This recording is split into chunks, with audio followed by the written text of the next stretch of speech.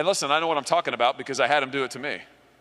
I objected on January 6th last year to the state of Pennsylvania. And I just want to say to all of those liberals out there in the liberal media, just in case you haven't gotten the message yet, I do not regret it. And I am not backing down. I'm not going to apologize. I'm not going to cower. I'm not going to run from you. I'm not going to bend the knee. I'm sorry, I'm not going to run from you, you say? Look, I'm not one to dole out speech advice to Josh Hawley, but if you became the most famous Republican senator overnight for sprinting away from the same insurrectionists that you just helped incite, then maybe, just maybe, the one thing you probably want to avoid drawing attention to is whether or not you'll be running away. Just, you know, for starters. Now, as a reminder, this was Josh Hawley on the morning of January 6th, where he raised his fist in solidarity with the protesters who had ultimately stormed the US Capitol in an effort to assassinate the vice president and overturn the election. And here's Josh Hawley just a few hours later when those same people he just riled up had now broken into the building that he was in.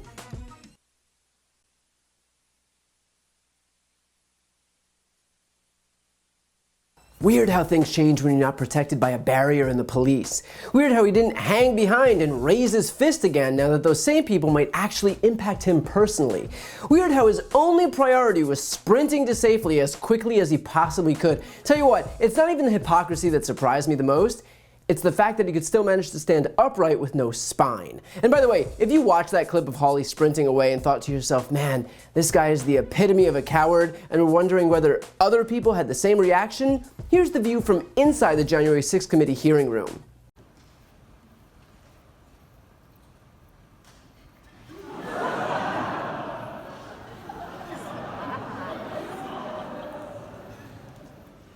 So yeah, looks like everyone had the same reaction to the fact that Josh Hawley is a spineless little coward. And so what's most ridiculous then is this pretend defiance when he comes on stage, as if he's the tough guy here. He's like, I will never back down, except, of course, when I need to literally sprint to safety. You could land a plane in the space between how brave Josh Hawley thinks he is and how brave Josh Hawley actually is. So the next time you see Josh Hawley or any of these Republicans parade themselves around like Rambo and shoot their tough guy gun ads, just know that when push comes to shove, this is who they really are.